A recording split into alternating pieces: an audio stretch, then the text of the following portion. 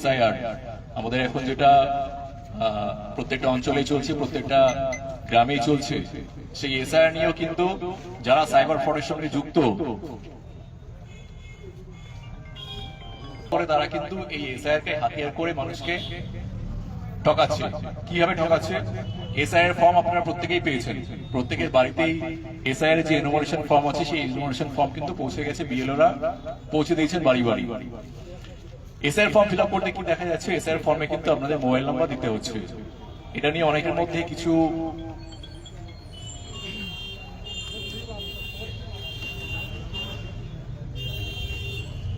যারা প্রতারণা করছে তারা কিন্তু এসআইআর কে হাতিয়ার করছে। কিভাবে হাতিয়ার করছে? আপনাকে ফোন করবে, ফোন করে বলবে যে আমি অমুক ব্লক থেকে বিডিও সাহেব বলছি, তো অমুক বিএলও বলছি, তো অমুক বিএলএ বলছি। আপনারা প্রত্যেকেই এই তিনটে শব্দের সঙ্গে যুক্ত, জানেন শব্দের অর্থ কি। BLO booth level agent, booth level officer, BLA booth level agent এবং বিডিও সাহেবের সঙ্গে আপনারা প্রত্যেকেই পরিচিত আছেন।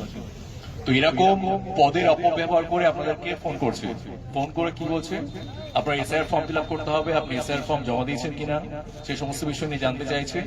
সবশেষে যেটা জানতে চাইছে যে আপনি এসআইআর ফর্মে আপনার যে ফোন নাম্বারটা দিয়েছেন সেটাকে লগ ইন করানোর জন্য আপনার একটা ওটিপি প্রয়োজন। তো এই কথা বলে আপনাকে যখন ফোন করছে, আপনি সরল বিশ্বাসে আপনার ফোনে যে ওটিপি আসছে সেই ওটিপিটা আপনি কিন্তু ফ্রডারের হাতে তুলে দিচ্ছেন। যখনই আপনি আপনার এই ওটিপিটা শেয়ার করছেন তখনই কিন্তু আপনার, যদি সেই ফোন নাম্বারটা ব্যাংকে লিঙ্ক থাকে, তাহলে আপনার ব্যাংকের যাবতীয় তথ্য কিন্তু কয়েক সেকেন্ডের মধ্যেই সেই ফ্রডারের হাতে পৌঁছে যাবে। এর বাকিটুকু যেটুকু কাজ করা সেটা কিন্তু ফ্রডাররা নিমেষের মধ্যেই করবে। কি করবে? আপনার অ্যাকাউন্টে আপনার কষ্টের যে টাকাটুকু জমানো আছে সেটা কয়েক সেকেন্ডের মধ্যে গায়েব করে দেবে। তাহলে আপনাদের কি করতে হবে সেটা আমরা এর আগের ফেসবুক লাইভের মাধ্যমে দিয়ে বলেছিলাম। কখনোই কোনো বিডিও, কোনো বিএলও বা কোনো বিএলএ আপনাদেরকে সরাসরি ফোন করে আপনার ফোনে কিন্তু ওটিপি চাইবে না। যদি কখনো এই ধরনের ফোন কল আপনারা পান, তাহলে প্রথমত যেটা করবেন, ফোন নাম্বারটাকে ব্লক করবেন। যদি কোনো বিষয় নিয়ে সংশয় হয় তাহলে আপনার নিকটবর্তী যিনি বিএলও আছেন বা আপনার এলাকার যিনি বিএলএ আছেন তাকে সরাসরি ফোন করুন, ফোন করে তাকে জানান।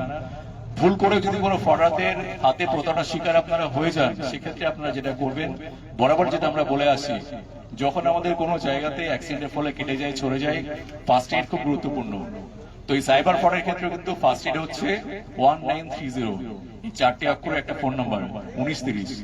যদি কখনো এই ধরনের কোনো সাইবার ফ্রডের শিকার আপনারা হন, সময় নষ্ট না করে সঙ্গে সঙ্গে আপনার হাতের কাছে যে মোবাইল ফোন আছে সেই মোবাইল ফোন থেকে কমপ্লেনটা নথিবদ্ধ করবেন। কমপ্লেনটা করলে কি হবে?